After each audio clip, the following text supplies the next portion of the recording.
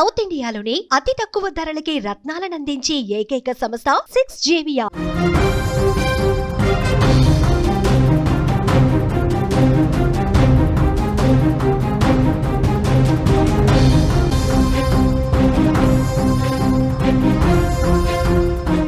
మేడిపల్లి స్వాతి హత్య కేసులో భారీ ట్విస్ట్. భార్య హత్య కేసులో మహేందర్ మాట మార్చేశాడు.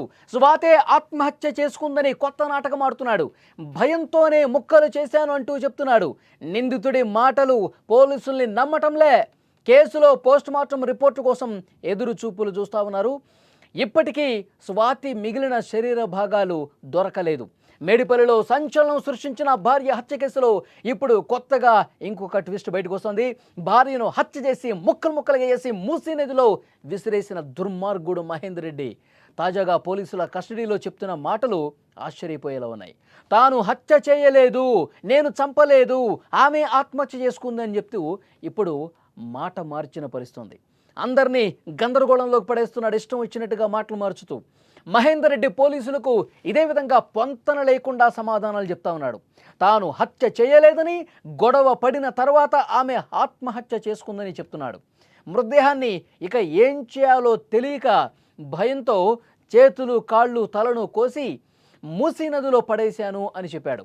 తొలి విచారణలో తానే గొంతు నులిమి చంపినట్లు అంగీకరించాడు. కస్టడీలో మాత్రం మాట మార్చేశాడు. మాట మార్చడంతో పోలీసులు మల్లగుల్లాలు పడుతున్నటువంటి పరిస్థితి ఉంది. అంటే నేను చంపలేదు అంటే స్వాతి ఎలాగూ చనిపోయింది కాబట్టి ఏం చేశాడన్నది ఎవరికీ తెలియదు కాబట్టి ఈ విధంగా మాట మార్చినా ఇదే నిజం అనుకుంటారు అని చెప్పి భావించి యూటర్న్ తీసేసుకున్నాడు. నేను చంపలేదు, మా మధ్య గొడవ జరిగింది, నేను బయటికి వెళ్ళిపోయాను, ఆమె సూసైడ్ చేసుకుంది, ఇక ఆమె చనిపోయిన విషయం నాకు వచ్చిన తర్వాత తెలిసింది కాబట్టి ఈ విషయం బయటకు తెలిస్తుంది ఏమైపోతుందో ఒక భయంతో ఒక ఆందోళనతో ఆ విధంగా కట్ చేసి నేను మూసీలో పడేశాను, మిస్సింగ్ కేసు పెడదాం అనుకున్నాను, ఇదే ఆలోచన చేశాను కానీ ముందు నేను చంపలేదు, ఆమె సూసైడ్ చేసుకుందంటూ ఇప్పుడు కస్టడీలో ఉన్న పోలీసులకి ఈ విధంగా మాట మార్చి చెప్పడంతో పోలీసులు షాక్ అయిపోతున్నారు. ఈ కేసు నుంచి కొంత తప్పించుకునే ప్రయత్నం చేస్తున్నాడు మహేందర్ కాబట్టి ఈ విధంగా మాట మార్చాడు దుర్మార్గుడు అని పోలీసులు ప్రస్తుతం భావిస్తూ ఉన్నారు. వికారాబాద్ జిల్లా కామారెడ్డిగూడకు చెందిన మహేందర్ రెడ్డి స్వాతి గతేడాది ప్రేమ పెళ్లి చేసుకున్నారు. వీళ్ళకి మధ్యలో మొదట్లో అంతా బాగానే జరిగింది. ఈ ఘటన జరగకముందు కూడా కొన్ని రోజులు బాగానే ఉన్నారు. అప్పుడప్పుడు గొడవలు జరుగుతూ ఉండే కానీ కొంత సవ్యంగానే ఉంది. ఆ తర్వాత అనుమానాలు పెంచుకోవడం స్టార్ట్ చేశాడు. అనుమానాలు ఎక్కువైపోయి స్వాతి గర్భవతి అయినప్పుడు అనుమానంతో ఒకసారి అబార్షన్ చేయించాడు. కాల్ సెంటర్లో తర్వాత అబార్షన్ అయిపోయిన తర్వాత హైదరాబాద్కు వచ్చారు. హైదరాబాద్ షిఫ్ట్ అయిపోయారు. ఇతనేమో ర్యాపిడోలో పనిచేస్తూ ఉన్నాడు, అవేమో కాల్ సెంటర్లో పనిచేస్తుంది.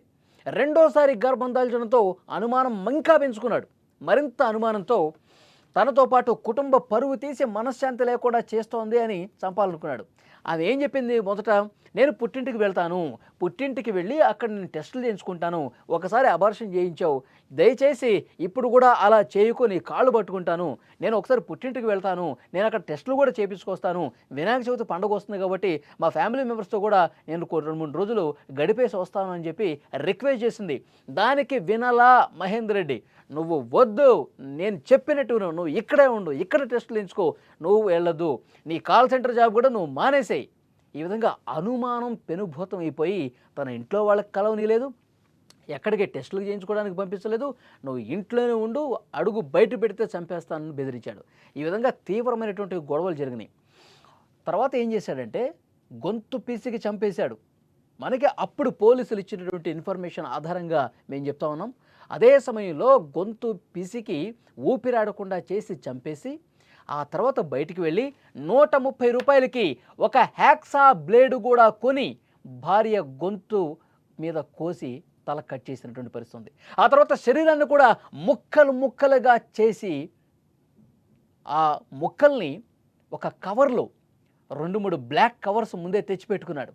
ఆ కవర్లలో కాళ్ళు చేతులు ఒక దగ్గర, మొండెం ఒక చోట, తర్వాత తల ఒక చోట, మొత్తం 3 బ్యాగుల్లో కుక్కేశాడు. తర్వాత ఒకదాని తర్వాత ఒకటి ఆ కవర్స్ని తీసుకొని అర్ధరాత్రి సమయంలో మూసీ నదిలో పడేశాడు. ఇప్పుడు మాత్రం తాను హత్య చేయలేదని చెప్తా ఉన్నాడు. ఒక్కసారి విజువల్స్లో సీసీ ఫుటేజ్లో కూడా మీరు చూడొచ్చు. తను ఏ విధంగా ఒక బ్లాక్ కవర్స్ని తీసుకువెళ్తా ఉన్నాడు. ఏ విధంగా ఒక బ్యాగ్ తీసుకొని అర్ధరాత్రి సమయంలో ఇంటి నుంచి వెళ్తా ఉన్నాడు మీరు చూస్తూ ఉన్నారు. దీన్నే నిర్ధారించుకున్నారు పోలీసులు ఇన్వెస్టిగేషన్లో. అర్ధరాత్రి సమయంలో ముక్కలు ముక్కలుగా కట్ చేసిన బ్యాగులో ఇదే విధంగా తీసుకుపోతా ఉన్నాడు, మూసీ నదిలో పడేశాడు ఆ బ్యాగులను కూడా పోలీసులు ఇన్వెస్టిగేషన్లో ఆల్రెడీ తేల్చారు. మొదట ఒప్పుకున్నాడు కూడా. ఇప్పుడు కస్టడీకి తీసుకున్న తర్వాత నేను చంపలేదు, నేను ముక్కలు కట్ చేశాను కానీ అంతకుముందు నేను చంపలేదు, ఆమె సూసైడ్ చేసుకుందని ఇప్పుడు మాట మార్చిన పరిస్థితి. ఆ దుర్మార్గుణ్ణి మీరు స్క్రీన్ మీద కూడా చూస్తూ ఉన్నారు. ఏమీ తెలియని అమాయకుల్లాగా ఏ విధంగా కూర్చున్నాడు కూడా మీరు స్క్రీన్ మీద చూస్తున్నారు. ఇప్పుడు పూర్తిగా మొత్తం మార్చేస్తూ ఉన్నాడు. పోలీసుల వాళ్ళు కూడా పూర్తిగా అంటే ఈ కేసుని డైవర్ట్ చేసే దాంట్లో భాగంగా ఈ విధంగా మాట మారుస్తున్నటువంటి పరిస్థితి ఉంది. పోలీసులు ఆశ్చర్యపోతూ ఉన్నారు, ఎందుకు ఈ విధంగా వీడు చేస్తూ ఉన్నాడు, కేసు నుంచి తప్పించుకునే ప్రయత్నంలో భాగంగా ఈ విధంగా చెప్తా ఉన్నాడని పోలీసులు కూడా అర్థమైపోయింది. అతని మాటల్ని పోలీసులు ఎక్కడా కూడా నమ్మటం లేదు. ఎందుకు అంటే అతని మాటలు ఎందుకు నమ్మట్లేదు, అతను తత్రపాటుకు గురవుతున్నాడు. ఏదో ఒకటి చెప్పేసి కేసు నుంచి బయటపడాలనుకుంటా ఉన్నాడు. మృతదేహాన్ని ముక్కలు చేసేంత ధైర్యం ఉన్నవాడు ఆత్మహత్య చేసుకున్న తర్వాత ఎందుకు అంతలా భయపడతాడు? నిందితుడు చెప్తున్న మాటలు పూర్తిగా అబద్ధం అని తేల్చేశారు. పోస్ట్ మార్టం రిపోర్టు కోసం ఇప్పుడు వెయిట్ చేస్తూ ఉన్నారు. పోలీసులు మృతురాలి మొండానికి శవ పరీక్ష చేయించారు. ఈ రిపోర్టు వచ్చిన తర్వాతే ఆమెను చంపారా లేక ఆమె ఆత్మహత్య చేసుకుందా అని తెలుస్తుంది. రిపోర్టు చేతికి అందటానికి ఇంకొంత సమయం పడుతున్నట్టుగా తెలుస్తోంది. మూసీ నదిలో విసిరేసిన శరీర భాగాలు ఏవైతే ఉన్నాయో అవి ఇంకా దొరకలా. ఈ కేసులో పోస్ట్ మార్టం నివేదిక ఇంకా కీలకం కాబోతోంది. ఆ రిపోర్ట్ వచ్చిన తర్వాత ఇప్పుడు ఇతను మాట మారుస్తూ ఉన్నాడు కదా, నేను చంపలేదు, మరి చంపాడా లేదన్నది కూడా ఆ రిపోర్ట్ తెలుస్తుంది. ఆమె ఏ విధంగా చనిపోయింది, గొంతు మీద చెయ్యి పెట్టి లేకపోతే ఇంకొక ఏదైనా వస్తువు పెట్టి బలంగా అదిమి గొంతు పిసికి ఊపిరాడకుండా చేసి చంపాడు అన్నది కూడా ఉంది. ఆ నిజంగా అదే విధంగా చంపాడా లేదా ఇంకే రకమైన చంపాడా, ఇవన్నీ కూడా పోస్ట్ మార్టంలో వస్తాయి. కాబట్టి ఇంకొక వారం రోజుల్లో పోస్ట్ మార్టం రిపోర్ట్ కూడా వస్తుంది. ఆ రిపోర్ట్ వచ్చిన తర్వాత దాన్ని పరిశీలించిన తర్వాత పోలీసులు యాక్షన్ తీసుకునే అవకాశం కనిపిస్తుంది. ఇప్పుడు మాత్రం మాట మారుస్తూ ఉన్నాడు, నేను చంపలేదు, ఆమె సూసైడ్ చేసుకుందని.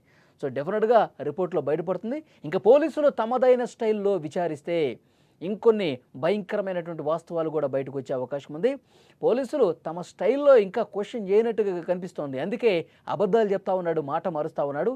గట్టిగా వాళ్ళు స్టైల్లో విచారిస్తే కనుక మొత్తం నిజాలు కక్కేస్తాడు. ఈలోపు పోస్ట్ మార్టం రిపోర్ట్ కూడా వస్తుంది. దాన్ని బట్టి న్యాయస్థానాలు తీర్పిచ్చే అవకాశం ఉంది. కానీ మహేందర్ ఎంత దుర్మార్గానికి తెగపడ్డాడు. భార్య గర్భంతో ఉన్నటువంటి భార్యని అంత దారుణంగా ముక్కలు ముక్కలుగా నరికేసి మూసీ నదిలో పడేశాడు. ఆ శరీర భాగాలు ఇంకా దొరకలా. మొన్నటి వరకు భారీ వర్షాలు వరదల కారణంగా మూసి ఉధృతంగా ప్రవహించిన కారణంగా అతను ఆ కవర్స్లో పెద్ద పెద్ద బండరాళ్ళు కూడా ఆ కవర్లో వేసి మూసిలో పడేశాడండి. ఎందుకంటే మొత్తం మునిగిపోతుంది, పైకి తేలకుండా ఉండాలంటే ఒక బరువు అందులో ఉండాలని చెప్పి పెద్ద పెద్ద రాళ్ళు వేసి ఆ బ్లాక్ కవర్ని గట్టిగా కట్టేసి మూసిలో పడేశాడు. ఆ వరదకి ఎంత దూరం కొట్టుకుపోయాయో తెలియదు కానీ వరద పూర్తిగా పట్టిన తర్వాత ఆ వాటర్ పూర్తిగా తగ్గిన తర్వాత అవి ఎట్టి పరిస్థితుల్లో దొరుకుతాయి. ఆ బ్లాక్ కవర్స్లో ఉన్నటువంటి శరీర భాగాల్ని మేము పట్టుకొని తీరుతామని పోలీసులు చెప్తా ఉన్నారు. కానీ ఇంతవరకు దొరకని పరిస్థితి, ఇంకా ఆ గాలింపు కొనసాగుతుంది. మరోవైపు వారం రోజుల్లో పోస్ట్ మార్టం రిపోర్ట్ వస్తుంది. ఇతను నిజం చెప్తున్నాడా అబద్ధం చెప్తున్నాడది కూడా తెలుస్తుంది. ఇలాంటి దుర్మార్గమైనటువంటి మనస్తత్వం కలిగిన వాళ్ళని, ఇలాంటి సైకో మనస్తత్వం కలిగిన వాళ్ళని, ఈ విధంగా భార్యని చంపేసే నాటకాలు ప్లే చేసే వాళ్ళని ఏం చేయాలి?